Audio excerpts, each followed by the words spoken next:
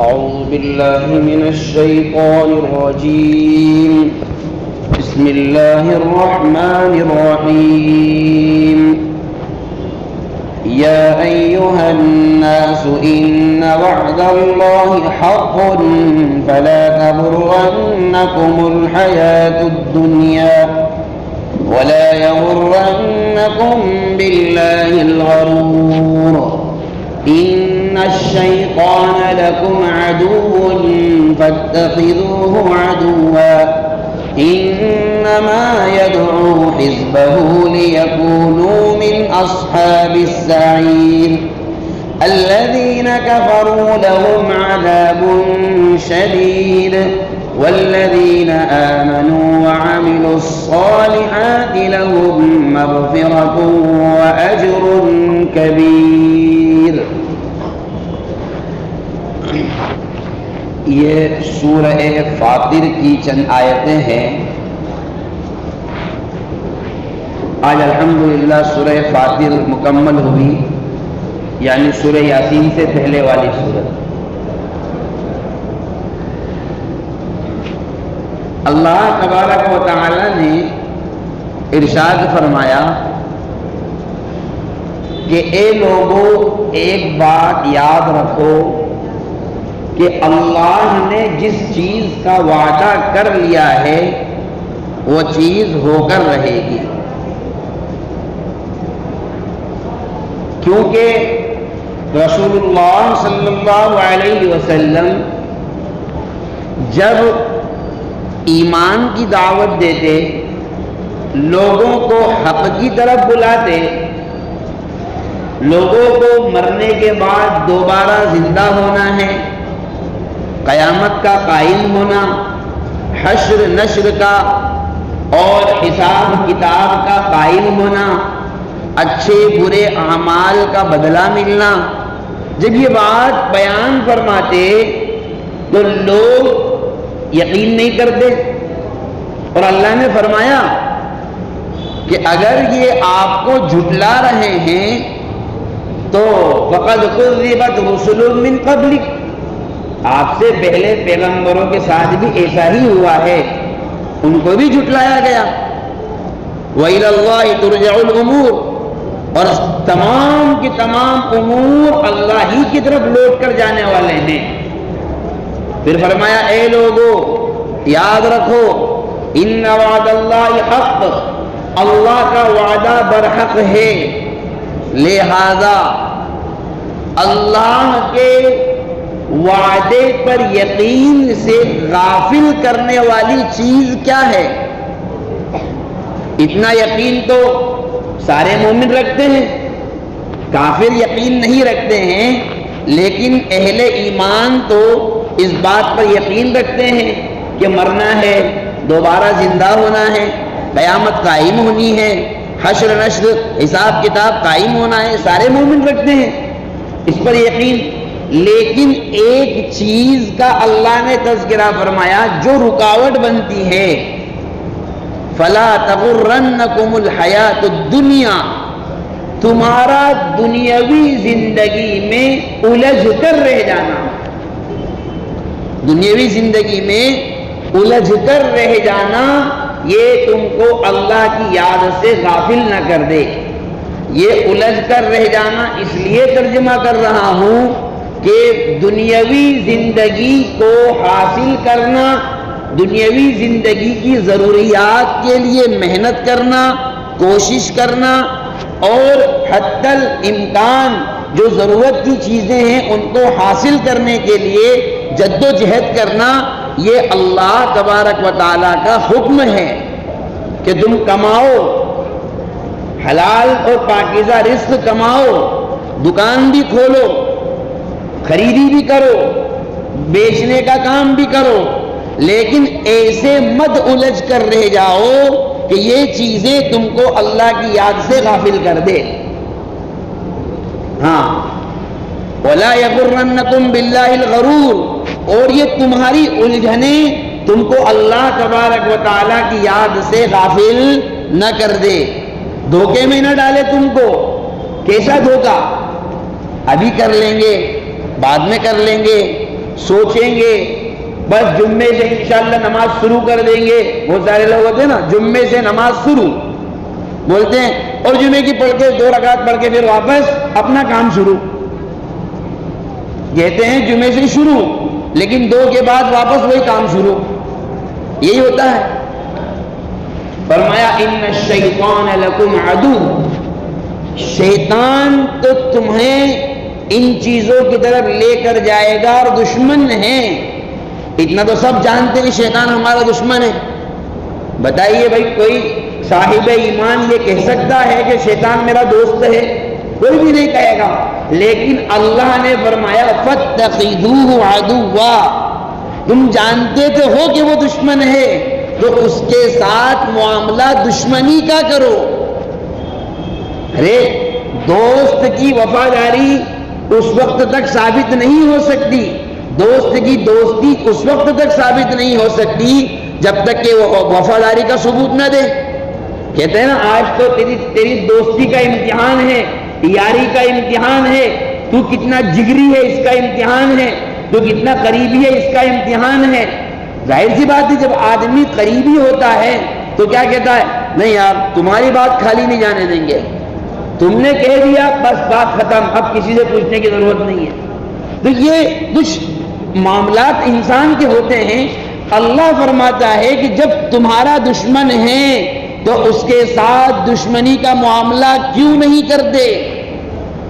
اور دشمنی کا معاملہ یہ ہے، دیکھو اس چیز کو سمجھنا بہت آسان ہے، بہت آسان ہے. مجھے بتاؤ ہماری کسی سے انبن ہو جاتی ہے، ہماری کسی سے انبن ہو جاتی ہے تو ہم اس سے بات چیت بند کر دیتے ہیں، ٹھیک ہے. اب وہ ہو گیا ہمارا دشمن، ایسا دشمن ہو گیا کہ اس کی نیکی بھی ہم کو برائی لگتی ہے. بتائیے لگتی ہے کہ نہیں لگتی ہے؟ اگر ہم اپنے دشمن کو نماز پڑھتے ہوئے دیکھ رہے ہیں یا اپنے دشمن کو دعا میں روتے ہوئے بھی دیکھ رہے ہیں تو ہم تو اس کے رونے پر کبھی ترس نہیں آتا. کیا کہتے ہیں؟ ارے ذرا ڈھونگ کر رہا ہے یہ مجھے پتا ہے. کیا کہتے ہیں؟ ڈھونگی ہے، کتنا بڑا ڈھونگی ہے مجھے پتا. یہ بولتے ہیں نا. کیوں؟ اس لیے کہ ہماری اس سے بنتی نہیں. بھائی یہ ہوتا ہے، تم میں بتا رہا ہوں یہ سب ہوتا ہے، اس لیے میں آپ سے کہہ رہا ہوں. تو اللہ نے فرمایا کہ جب تم دشمن سمجھ رہے ہو تو اس کے ساتھ دشمنی کا معاملہ کیوں نہیں کرتے؟ وہ کہتا ہے حرام کماؤ حرام کھاؤ، یہ شیطان کا مشورہ ہے، اللہ کا مشورہ تو نہیں ہے. سود کھاؤ، شیطان کا مشورہ ہے. صدقہ زکوٰۃ مت نکالو نہیں تو کم ہو جائے گا، یہ شیطان کا مشورہ ہے. بدنگاہی کرو، یہ شیطان کا مشورہ ہے. بدعملی کرو، یہ شیطان کا مشورہ ہے. تو یہ سارے مشورے شیطان کے ہیں اور ہم سمجھ بھی رہے ہیں. ایسا نہیں ہے کہ ہم سمجھ نہیں رہے ہیں. اگر کسی ادنا مومن کو بھی، اگر کسی ایسے آدمی کو جس کو کچھ نہیں معلوم، اس کو پکڑ کر کے اگر یہ پوچھ لیا جائے کہ بتا شراب پینا حلال ہے یا حرام، وہ الف با بھی نہیں جانتا لیکن وہ کیا کہے گا؟ شراب حرام ہے، یہی کہے گا نا. کسی آدمی سے یہ کہو کہ نماز چھوڑنا جائز کہ ناجائز، وہ کیا کہے گا؟ نماز چھوڑنا جائز نہیں ہے.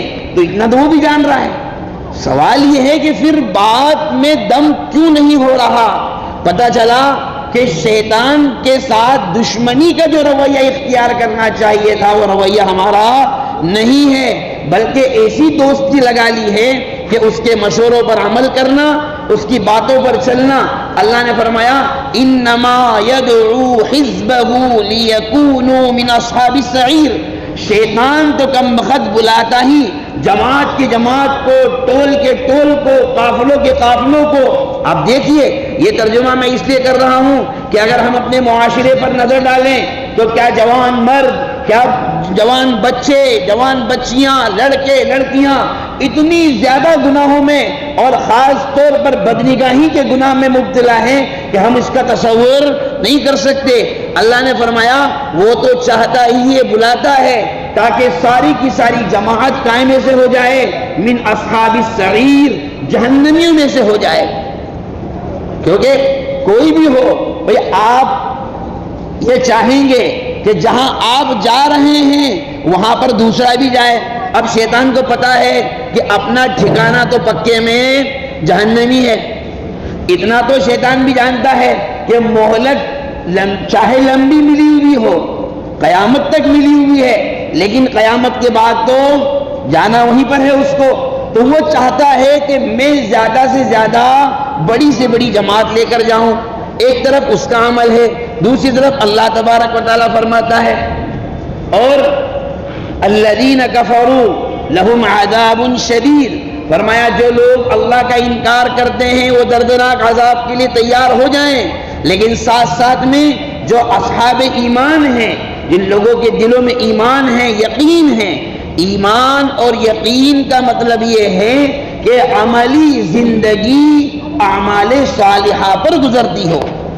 ایمان و یقین کا مطلب یہ ہے کہ عمل سے اس بات کا، کردار سے اس بات کا ظہور ہوتا ہو کہ ہم مومن ہیں۔ آج 17 رمضان المبارک ہے۔ آج کے دن پتہ ہے ہمیں کہ اللہ نے وہ معرکہ اس روئے زمین پر رونما ہوا ہے جس کو قرآن کریم میں یوم الفرقان، کہ حق اور باطل کو فرق کرنے کا دن، دودھ کا دودھ اور پانی کا پانی آج ہو جائے گا۔ وہ دن کہ آج سارے چھٹ کر کے سامنے آ جائیں گے۔ وہ ہمارے ذہن میں جب غزوہ بدر کی بات آتی ہے تو جذبات ایک دم مشتعل ہو جاتے ہیں۔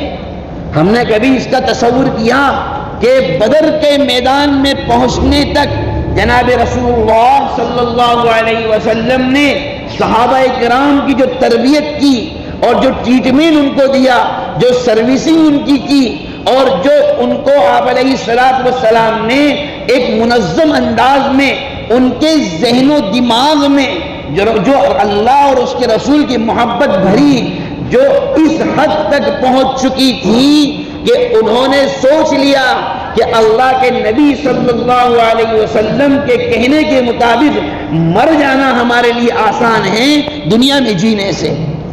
یہی تو سوچ بنی تھی ان کی۔ تو وہاں تک پہنچنے میں کتنا وقت لگا تھا، کیا ذہن سازی ان کی گئی تھی۔ مجھے واقعہ تو بیان نہیں کرنا ہے، وقت ہوگا، لیکن ایک چھوٹی سی جھلک میں آپ کو اس کی دکھلانا چاہتا ہوں کہ ایمان جب مضبوط ہوتا ہے اور دلوں کے اندر تک جب پہنچ جاتا ہے، جب اس کی چاشنی اندر تک پہنچتی ہے۔ گلاب جامن دیکھے نا، گلاب جامن تمہارے اجین میں تو بہت سستے ملتے ہیں ماشاءاللہ، اور یہاں سے لے کر وہاں تک آپ دیکھو 3 بجے رات تک یہی کام چلے گا۔ اس میں جو گلاب جامن چاشنی اندر تک پی لیتا ہے اس کی مٹھاس، اور کچھ گلاب جامن ایسے ہوتے ہیں جو اوپر سے تو میٹھے ہوتے ہیں لیکن اندر ماوا خراب ہونے کی وجہ سے یا کاریگر کی غلطی کی وجہ سے کیا بن جاتی ہے، گٹھلی بن جاتی ہے۔ اس کو کیا کرتا ہے آدمی، پھینک دیتا ہے، اس کو آدمی کھاتا نہیں ہے، کیونکہ اب آپ کچھ بھی کر لو اس کو، ایک مرتبہ گٹھلی بن گئی ہے وہ، تو اس کو تم انجیکشن سے بھی چاشنی بھرو گے تو بھی قبول نہیں کرے گا وہ، کیونکہ جو چاشنی قبول کرنے کا جو وقت تھا، جو کیپیسٹی تھی اس کی ختم ہو گئی۔ رسول اللہ صلی اللہ علیہ وسلم نے صحابہ کو جمع کیا بدر سے ایک دن پہلے، اور آپ کو پتا چلا کہ حالات ایسے بنے ہوئے ہیں۔ آپ نے مشورہ لیا، حضرت ابوبکر، حضرت عمر مہاجرین میں سے کھڑے ہوئے اور کہہ دیا یا رسول اللہ آپ تو بتائیے بس کرنا کیا ہے۔ جیسے ہم کسی کو کہتے ہیں، کوئی ہمارا قریبی ہوتا ہے تو کیا کہتا ہے، ارے صاحب آپ تو حکم کرو بس، کہتے ہیں تو ایسے ہی صحابہ نے کہا یا رسول اللہ آپ تو حکم کرو، کرنا کیا ہے۔ حضور علیہ السلام نے ابھی بھی مطمئن نہیں ہوئے۔ آپ جو صحابہ کی ایک بہت بڑی صفت، وہ رسول اللہ صلی اللہ علیہ وسلم کی منشا کو اور آپ کی مراد کو نگاہوں کے اشارے سے، آنکھوں کی کنکھیوں سے اور آپ کی بھونوں کے ہلنے جلنے سے پہچان لیا کرتے تھے کہ آپ کیا چاہتے ہیں۔ حضرت مقداد ابن اسود رضی اللہ تعالیٰ عنہ کھڑے ہوئے اور کہنے لگے یا رسول اللہ واللہ ما نقول كما قالت بنو اسرائیل اذهب انت وربك فقاتلا انا هاهنا قاعدون ولكننا نقول اذهب انت وربك فقاتلا انا معكما مقاتلون۔ یا رسول اللہ آپ مطمئن ہو جائیے، آپ یہ مت سمجھیے کہ ہم بھی بنی اسرائیل کے جیسے پیچھا چھوڑ کر بھاگ جائیں گے، جیسے بنی اسرائیل نے پلہ جھاڑ دیا تھا اور کہہ دیا تھا کہ موسیٰ تو جانے تیرا رب جانے تم دونوں نپٹ لو، ہم تو آگے چلنے والے نہیں ہیں۔ مقداد بن الاسود کہنے لگے یا رسول اللہ ہم تو یہ کہیں گے کہ اذهب انت، آپ چلیے اللہ ساتھ میں ہے، انا معکما مقاتلون، ہم سب کے ساتھ آپ کے ساتھ میں قتال کریں گے، ہم بھی تیار ہیں۔ لیکن رسول اللہ صلی اللہ علیہ وسلم، اب یہ تو مہاجرین تھے، آپ کی منشا یہ تھی کہ انصار کی کیا رائے ہے، کیونکہ مہاجرین تو بیچارے گھر سے نکالے ہوئے تھے۔ انصار کے ساتھ معاہدہ یہ ہوا تھا کہ اگر مدینہ پہ کوئی چڑھائی کرے گا تو انصار لڑائی میں ساتھ دیں گے، لیکن مدینہ سے باہر جانے کی اگر نوبت آئی تو پھر انصار ساتھ میں چلے یا نہیں چلے گی ان کے اوپر ہے، وہ ایگریمنٹ نہیں تھا کہ چلنا پڑے گا۔ تو اللہ کے نبی صلی اللہ علیہ وسلم نے فرمایا اشیروا ایھا الناس، بھائی مجھے مشورہ دو، جنہیں تشکیل ہوتی ہے نا، اور بتاؤ بھائی ادھر سے آواز نہیں آ رہی، وہ فلاں حلقے والے نہیں بول رہے۔ تو حضرت سعد ابن معاذ رضی اللہ تعالی عنہ جو انصار کے سردار تھے وہ سمجھ گئے، وہ کہنے لگے، پہلے تو بڑے بڑے صحابہ وہاں بیٹھے ہوئے تھے، ان کے احترام میں انہوں نے کچھ نہیں کہا، سمجھ گئے، کہنے لگے ایانا ترید یا رسول اللہ، یا رسول اللہ ایسا لگتا ہے شاید آپ ہماری رائے جاننا چاہتے ہیں، یعنی آپ یہ جاننا چاہتے ہیں کہ بھئی انصار کیا کہتے ہیں۔ رسول اللہ صلی اللہ علیہ وسلم مسکرائے، سمجھ گئے، پھر حضرت سعد کھڑے ہوئے اور پھر جو بیان کیا ہے اور جب تقریر کی ہے حضرت سعد ابن معاذ رضی اللہ تعالیٰ عنہ صحابہ کے سامنے، اور کہنے لگے یا رسول اللہ قد آمنا بک وصدقناک وشہدنا ان ما جئت به هو الحق، یا رسول اللہ ہم نے آپ کا کلمہ پڑھا ہے، آپ پر یقین کیا ہے، آپ پر ایمان لائے ہیں، اور ہم نے ایگریمنٹ کیا ہے، تصدیق کی ہے، آپ جو کچھ لے کر آئے ہیں وہ بالکل برحق ہے، جو آپ کہہ رہے ہیں بالکل برحق ہے۔ وَلَعَلَّكَ يَا رَسُولَ اللَّهِ خَرَجْتَ لِأَمْرٍ، اور یا رسول اللہ آپ تو ایسا لگتا ہے منشا کچھ اور تھی، حالات کچھ اور بن گئے، اور واقعتاً بات اسی تھی، کیونکہ کوئی جنگ ونگ لڑنے کا ارادہ نہیں تھا، اسی لیے اسلحہ ہتھیار وغیرہ بھی نہیں لے کر آئے تھے۔ اب وہ پتہ نہیں تھا کہ جلوس اتنا بڑا آ جائے گا، یہ پتہ نہیں تھا کہ اتنا بڑا جلوس آ جائے گا اور فوری طور پر نپٹنا پڑے گا۔ خیر وہ تو الحمدللہ جب ایسی نوبت آتی ہے تو نپٹنے کا کام تو ہو جاتا ہے۔ تو کہنے لگے یا رسول اللہ خرجت لامر فاحدث اللہ غیرہ، اب سنیے، فاصنع لما شئت وصل حبال من شئت واقطع حبال من شئت وسالم من شئت وعاد من شئت وخذ من اموالنا ما شئت وما اخذت لنا كان احب الینا مما ترکت لنا۔ یا رسول اللہ آپ کو جو کرنا ہے آپ کریے، جو کہنا ہے آپ کہیے، جو آپ کا دوست وہ ہمارا دوست، جو آپ کا دشمن وہ ہمارا دشمن، جس کے بارے میں کہیں گے آپ اس کو جوڑ دو ہم جوڑ دیں گے، جس کے بارے میں کہیں گے توڑ دو ہم توڑ دیں گے، اور یہ ہمارے مال ہے آپ لے لیجئے، جو مال آپ لے لیں گے وہ مال ہمارے اس مال سے زیادہ بہتر ہوگا جو آپ ہمارے لیے چھوڑ دیں گے۔ اور فرمایا انا لصبر عند الحرب وصدق عند اللقاء، یا رسول اللہ آپ دیکھیں گے جب دشمن سے ہمارا مقابلہ ہوگا تو ہم میں سے کوئی پیچھے ہٹنے والا نہیں ہے، ہم میں سے کوئی بھاگنے والا نہیں ہے۔ اور کمال کی بات میں آپ کو بتاؤں، یہ پہلا موقع تھا جس میں سارے ڈامس نکل کر باہر آئے تھے۔ ابھی تک تو کیا کر رہے تھے وہ؟ ابھی تک تو ایرے گھروں کو بھیج رہے تھے کہ 4-5 سے وہاں مابلیچنگ کروا دی، 3-4 سے 5 وہاں کروا دی۔ یہ پہلا موقع تھا جب کھل کر کے یہ لوگ کیا ہوئے تھے، سامنے آئے تھے. اور الحمدللہ اس پہلے موقع میں ہی سارے وہ ابو جہل، عتبہ، شیبہ، ولید، یہ جتنے بھی بڑے بڑے تھے اور اس وقت کے، چاہے وہ ان کا پردھان منتری ہو، چاہے وہ ان کے سانسد ہو، چاہے وہ ان کے ودھایک ہو، یعنی ان کے جتنے بھی بڑے بڑے وہ پرتینیدھی منڈل کا آدمی ہو کہ ادھیکشتا کا آدمی ہو، کوئی بھی ہو، سارے چن چن کر اس میں مارے گئے تھے. تو اور انشاءاللہ بیچ میں ایک بات اور سن لو، انشاءاللہ جب بھی کبھی ایسا موقع آئے گا اور اگر اللہ نے اسباب کے طور پر ہمیں اگر اللہ نے اسباب کے طور پر اختیار کیا تو ہمیں اللہ کی ذات پر امید نہیں بلکہ یقین ہے کہ نتیجہ وہی ہوگا جو 17 رمضان کو ہوا تھا. ہمیں امید ہے اللہ کی ذات سے، ہم کیوں نہ امید ہوں؟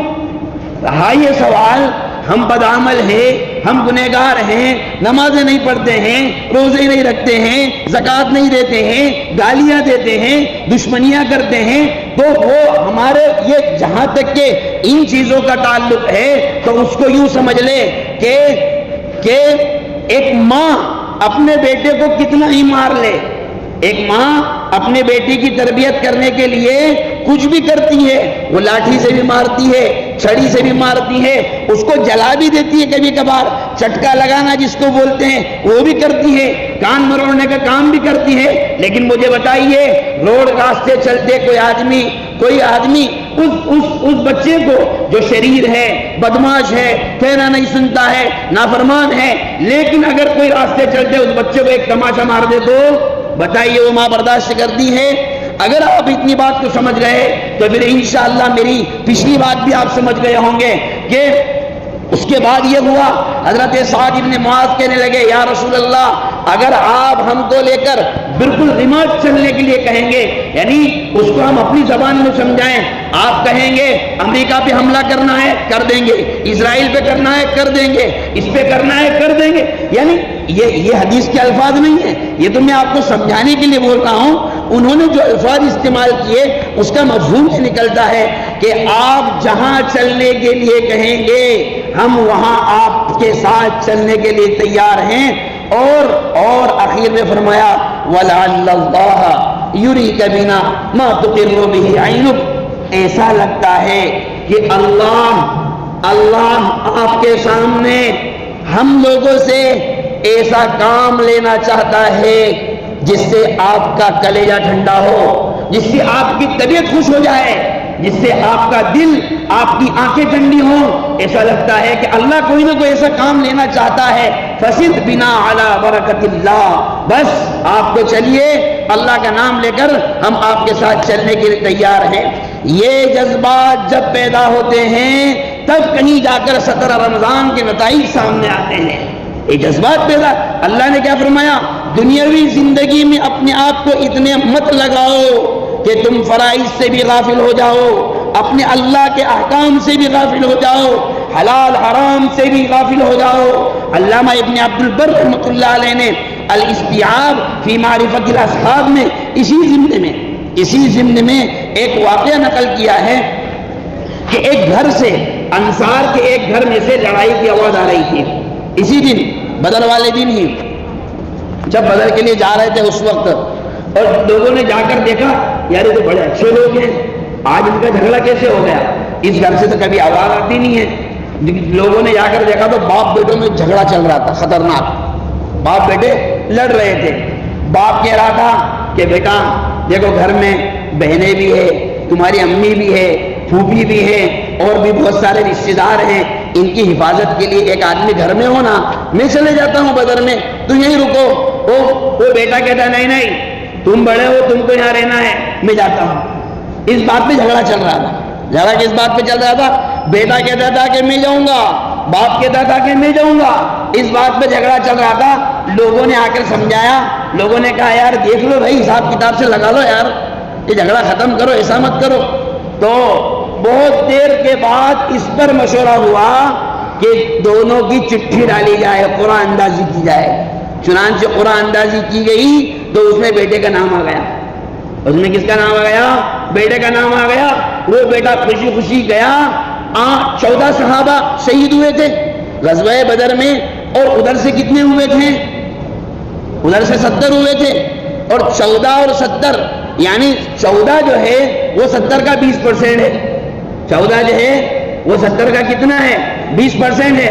اندازہ لگا لو تم بس اب اس پہ سے، انشاءاللہ جب بھی حق و باطل کا معرکہ ہوگا تو زیادہ سے زیادہ 20% جا سکتے ہیں، اگلے سے 80% آنا ہے، یعنی 80% اگلی جانب سے آنا ہے اور ادھر سے 20%۔ اگر ایسا ہوتا ہے تو کوئی اپنے کو دقت کیا ہے؟ کوئی ملنا سودا نہیں ہے۔ اور ہم تو سارے بھی اگر چلے جائیں تو بھی ہم کو کوئی فرق نہیں پڑتا، اس لیے کہ ہم تو پیدائی ہوئے ہیں کائیں کے لیے؟ مرنے کے لیے۔ بہرحال تو پھر جب غزوہ بدر ہوا اور اس کے بعد میں شہداء کی جب گنتی کی گئی، 8 انصار تھے، 6 مہاجر تھے، 8 انصار تھے، اس میں یہ بیٹا بھی شامل تھا، سعد ابن خثیمہ رضی اللہ تعالی عنہ۔ تو جب انسان اپنے جذبات کو اللہ کے لیے قربان کرنے کے لیے تیار ہو جاتا ہے کہ اللہ اور اس کا احکام میرے لیے سب سے مقدم ہے، میری دکان، میرا مکان، میری شادی، میرے بیٹے، میرے بچے، میری اولاد، میری بیوی، سب بعد میں دیکھا جائے گا، پہلے یہ دیکھو کہ اللہ کا فرمان کیا ہے۔ جب یہ سوچ امت مسلمہ کی بنتی ہے تو پھر فضائے بدر پیدا کرنے میں وقت نہیں لگتا ہے۔ اس لیے میرے بھائیوں، ہماری ذمہ داری ہے ہم اپنے آپ کو احکام شریعت پر لانے کی کوشش کریں، اللہ اور اس کے رسول کے احکام کو بجا لانے کی فکر کریں، اور دنیا صرف اتنا ہی دنیا میں لگیں جتنا کہ لگنا ہے۔ وہ کم بھی آ سکتی ہے، زیادہ بھی آ سکتی ہے، اللہ ہمیں کروڑوں روپیہ بھی دے سکتا ہے اور ہمارا کام ہزاروں میں بھی چل سکتا ہے۔ اتنا دھیان رکھیں، چاہے ہم اربوں روپیہ کا کاروبار کریں، کھربوں روپیوں کا ٹرانزیکشن کریں، اتنے بڑے کاروبار کریں کہ امبانی اڈانی دونوں کو جیب میں لے کے گھومیں، دونوں ایک دائیں جیب میں ایک بائیں جیب میں، کوئی فرق نہیں پڑتا، لیکن اللہ اور اس کے رسول کی اطاعت اور اس کے احکام کی بجاوری یہ ہماری زندگی کا مقصد اول ہونا چاہیے۔ اللہ تعالی ہم سب کو کہنے سننے زیادہ عمل کی توفیق عطا فرمائے، اللہ ہم سب کی اصلاح فرمائے۔ ہما توفیقی اللہ